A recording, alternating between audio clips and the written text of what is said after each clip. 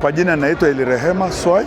Mimi niko na taasisi ya mifugo, utafiti wa mifugo ya kimataifa ILRI, na shughuli ninazofanya mimi, tunatekeleza mradi wa kilimo ekolojia katika halmashauri mbili za wilaya ya Kongwa na wilaya ya Mpwapwa, na tunahangaika kabisa na mnyororo wote wa shughuli ambazo zinafanya mkulima aweze kuboresha ardhi yake kama unavyoona, kwa ajili ya kuweza kudhibiti mmomonyoko wa udongo, lakini pia tunajengea uwezo wa kulima namna ya kuweza kuwa na malisho ambayo yatamwezesha yeye wakati wa kipindi cha kiangazi kuanzia mwezi wa 7 mpaka mwezi wa 12 awe na uhakika wa upatikanaji wa malisho kwa ajili ya mifugo wake.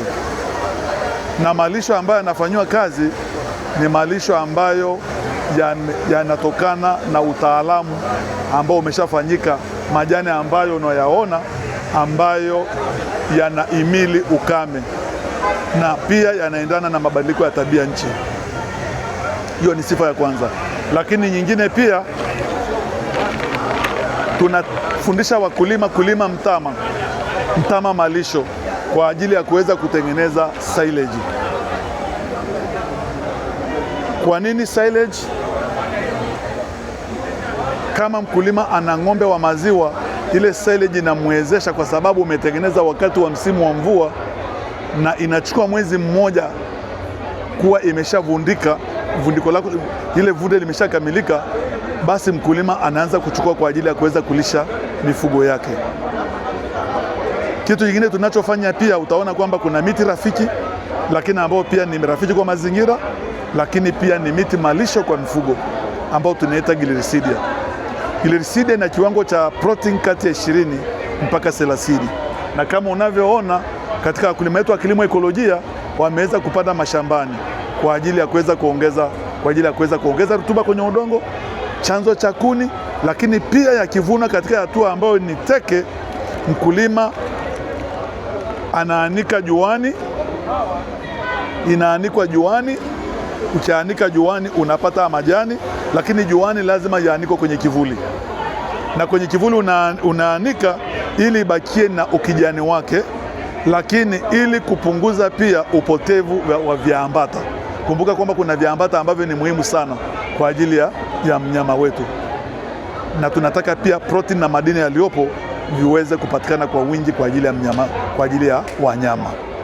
Faida ya mti wa Glyricidea pia inatumika kwa ajili ya kuweza kuchanganya kwenye chakula pia cha mifugo, na kwa ajili ya mambo ya kuku, yaani mifugo maana ng'ombe pamoja na kuku inatengeneza pale.